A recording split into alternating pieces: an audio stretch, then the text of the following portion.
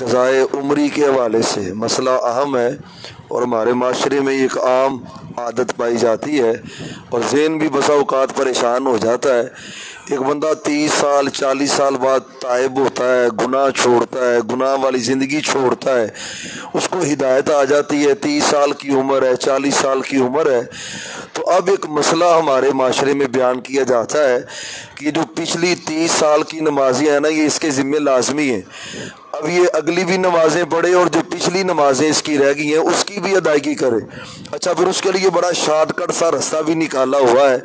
एक फतावे के अंदर ये लिखा भी गया कि जो क़ज़ाए उमरी है ना वो अदा करनी लाजमी है और उसके लिए आदमी जब क़याम करे तो क़याम में 3 मरतबा बस सुबहान अल्लाह सुबहान अल्लाह सुबहान अल्लाह पढ़ ले और तशहुद के अंदर जो है वो सिर्फ अल्लाहुम्मा सल्ली अला मुहम्मद व अला आलि मुहम्मद क़याम में ये और तशहुद के अंदर अल्लाहुम्मा सल्ली अला मुहम्मद व अला आलि मुहम्मद इतना पढ़ ले तो सलाम फेर दे तो उसकी जो है ना वो क़ज़ाए उमरी जो है वो अदा होती जाएगी। ये एक तरीका माशरे में राइज है और बयान किया जाता है। ये अच्छा, अदा करने के तरीके मुख्तलिफ है। बाज़ बंदे अदा कर रहे होते हैं और वो पूरी नमाज अदा कर रहे होते हैं, फ़राइज़ अदा कर रहे होते हैं पूरे। मिसाल ज़ोर की नमाज़ पढ़कर जमात के साथ दोबारा फिर अलग से ज़ोर की नमाज़ पढ़ते हैं कि ये जो पिछली हमारी ज़िंदगी की रह गई है हम उसकी अदायगी कर रहे हैं। प्यारे भाइयों, फिर इसके दलाइल भी दिए जाते हैं। भी दलाइल इसके ये है, हदीस के अंदर आता है जो बंदा सो गया है या भूल गया है, जब उसको याद आए वो फौरी तौर पे अपनी नमाज को अदा करे।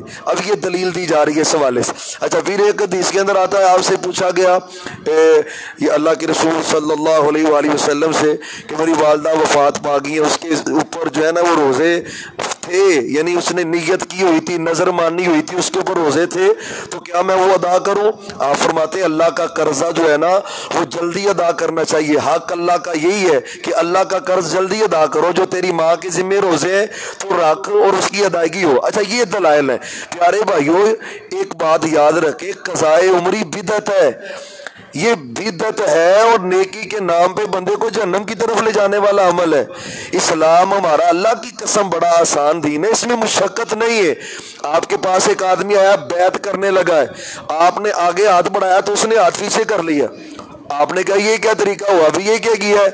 उसने कहा जी मैंने ऐसे बैत नहीं करनी, मुझे पहले ये बताएं कि अगर मैं बैत कर लूं तो पिछले जो मेरे पाप हुए हैं, मैंने नमाजें छोड़ी है, गुनाह किए, उनका क्या बनेगा? तो आप फरमाते हैं तू मेरे साथ बैत कर ले। अल इस्लाम यहदिमु मन काना कबला, इस्लाम की ऐसी बरकत है, सच्ची तौबा की इतनी बरकत है, तो इससे साहब का जितने भी गुनाह हुए अल्लाह उनको नेकियों में बदल के रख देगा। इस्लाम ऐसा पाकीज़ा दीन है। प्यारे भाइयों, ये जो क़ज़ाए उमरी है ना, इस्लाम में इसका तसव्वुर ही नहीं है।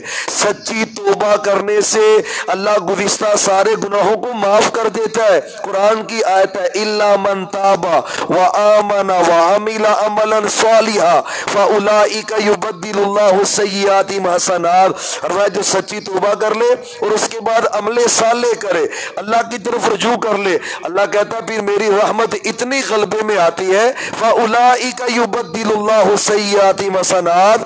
यानी वो 50 60 साल का बंदा भी हो, सच्ची तौबा उसने कर लिया ना, तो अल्लाह कहते मैं साहब का 60 सालों के गुनाहों को नेकियों में तब्दील करके रख देता हूँ। प्यारे भाइयों, ये हमारा इस्लाम है। तो बहरहाल ये मुशक्कत है अहबाब के ऊपर, पूरी बंदा नमाज पढ़ो, यकीन जानिए अक्सर देखने में आता है, लोग पूछते भी हैं और फिर इसके लिए नित नए तरीके भी निकाले जाते हैं। इस्लाम के अंदर कोई तसव्वुर नहीं है। अगर जानबूझकर, आखिरी बात सुन ले, जानबूझकर अगर नमाज छोड़ी है ये तो कुफर है, और कुफर की कज़ाई नहीं होती, कुफर की तौबा होती है। ये बात याद रखे।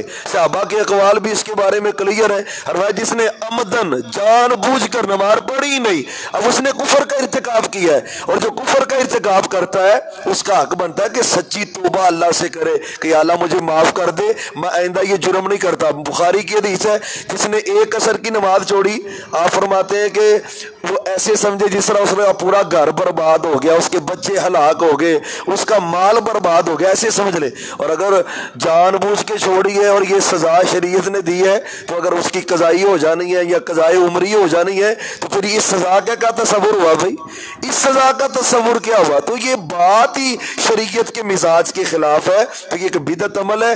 اگر آپ سے کہیں سستی ہو جائے کسی معاملے میں، اس کا ایک ہی حل ہے، سچی توبہ کر لے اور آئندہ کبھی نماز نہ چھوڑے، کبھی آپ کہہ رہے اللہ کی نافرمانی نہ کرے۔ تو اگر پیچھے جو زندگی کے 30 سال 40 سال رہ گئے، اب ایک عقل بھی نہیں نہ مانتی، 60 سال کی عمر ایک بندے نے توبہ کی اور 61 سال میں اس کو موت آ گئی ہے، اب اس کی قضائے عمری اگر وہ اس کے اوپر لازم ہے تو کیا بنے گا بھی اس کی زندگی کا؟ تو عقل ہی نہیں مانتی اس چیز کو۔ سچی توبہ کرے، اللہ صاحب کا گناہ معاف کرے گا، آئندہ پھر نماز نہ چھوڑے۔ اللہ ہم سب کو قرآن و سنت پر عمل کرنے کی توفیق عطا فرمائے۔ وما توفیقی الا باللہ۔